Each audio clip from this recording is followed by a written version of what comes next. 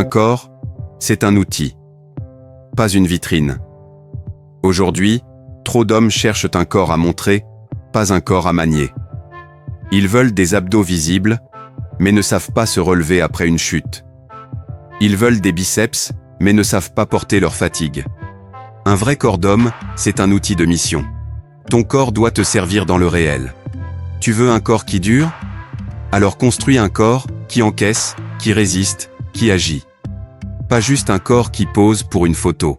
Un corps qui peut réagir sous pression. Dans cette vidéo, on va voir ce qu'est un corps fonctionnel. Pourquoi c'est la clé pour un homme fort, stable, durable.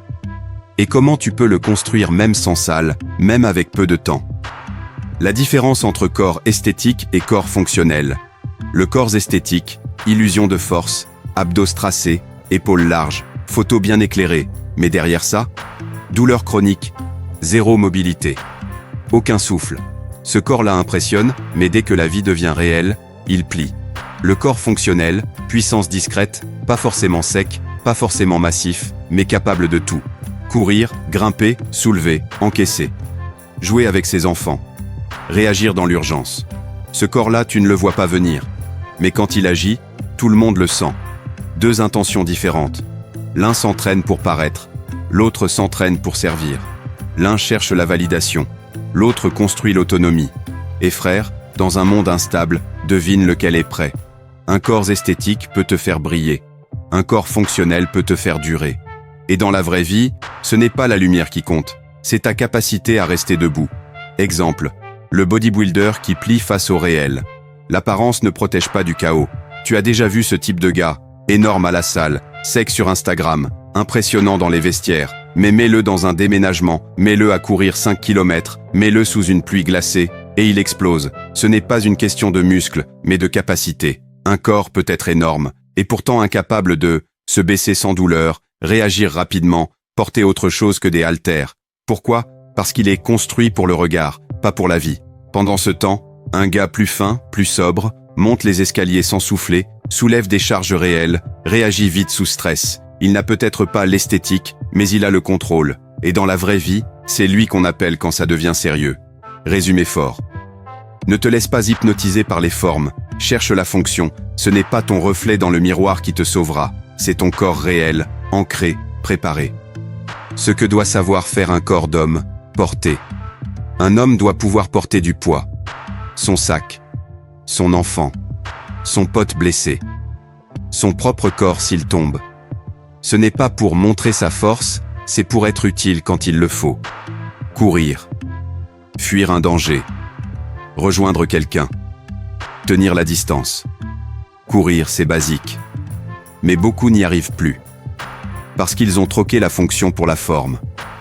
Et c'est une erreur stratégique. Grimper. Monter une colline. Escalader une structure. S'extirper d'un endroit. Le corps humain est fait pour grimper.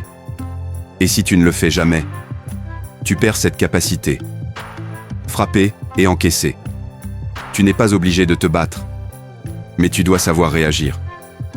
Frapper si nécessaire. Encaisser une chute sans te casser. Rester calme dans la tension. Un homme sans corps entraîné à ça est toujours en danger. Rebondir. Tu tombes, tu te relèves. C'est là le vrai test. Un corps fonctionnel, c'est un corps résilient. Il se remet. Il se redresse. Il continue. Comme un vrai homme. Résumé simple. Un corps d'homme, ce n'est pas juste joli. C'est fort, rapide, stable, endurant, adaptable. C'est un corps de mission. Comment construire un corps fonctionnel au quotidien? Commence par la simplicité, pas besoin de machine, pas besoin de gadgets. Pompe, traction, squat, gainage. Ton poids, c'est ta première salle de sport. Et ton salon, c'est ton dojo. Vise la régularité, pas l'intensité extrême. Tu n'as pas besoin de t'exploser tous les jours. Tu as besoin de bouger chaque jour. 21 minutes bien faites valent mieux que 2 heures une fois par mois. C'est la répétition qui construit, pas la frénésie. Ajoute des mouvements réels. Porte des choses. Marche avec du poids. Grimpe, saute, étire-toi. Le monde réel est ta vraie salle d'entraînement. Et si tu veux être utile dans ce monde, entraîne-toi à t'y adapter. Ne néglige pas la mobilité. Un corps qui bouge mal, même musclé, est un corps dangereux. Tu veux éviter les blessures? Tu veux durer à 50 ans? Tu veux respirer mieux? Travaille ta souplesse. Étire-toi. Mobilise tes articulations. Tous les jours. Résumé pratique. Un corps fonctionnel, c'est pas un but lointain.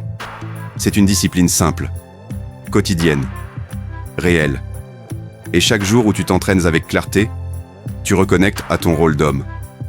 Conclusion. Ton corps est ton outil de puissance. Ce n'est pas une déco. Ce n'est pas un trophée. C'est ta base.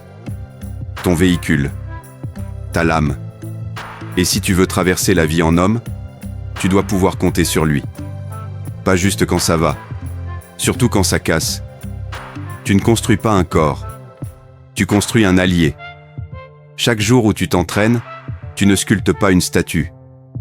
Tu fortifies ton frère intérieur, celui qui portera la charge, celui qui sera encore debout quand les autres plieront, celui que tu respecteras.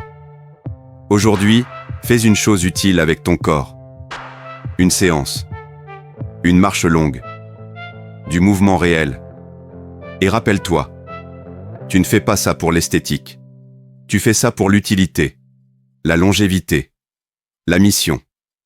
Si tu veux un corps qui t'accompagne, pas qui te trahit, like, abonne-toi et reviens demain. Ici, on ne cherche pas à paraître solide. On devient fonctionnel, fiable, présent.